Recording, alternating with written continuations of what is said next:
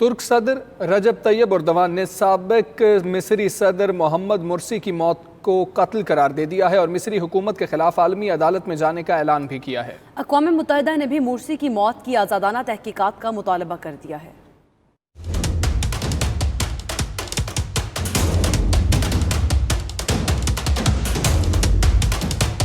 مصر کے پہلے جمہوری صدر محمد مرسی کی عدالت میں پراسرار موت پر دنیا سراپا احتجاج۔ ترکی کے صدر رجب طیب اردوان نے بھی استنبول میں الیکشن ریلی سے خطاب کرتے ہوئے عہد کیا کہ وہ اس بات کی بھرپور کوشش کریں گے کہ مصری حکومت کے خلاف عالمی عدالت میں مقدمہ چلے۔ ترک صدر کا اپنے حامیوں سے کہنا تھا کہ وہ سمجھتے ہیں کہ محمد مرسی کی موت ایک قتل ہے، کیونکہ وہ 20 منٹ تک عدالت کے فرش پر زندگی اور موت کی کشمکش میں رہے، لیکن حکام نے ان کی کوئی مدد نہیں کی۔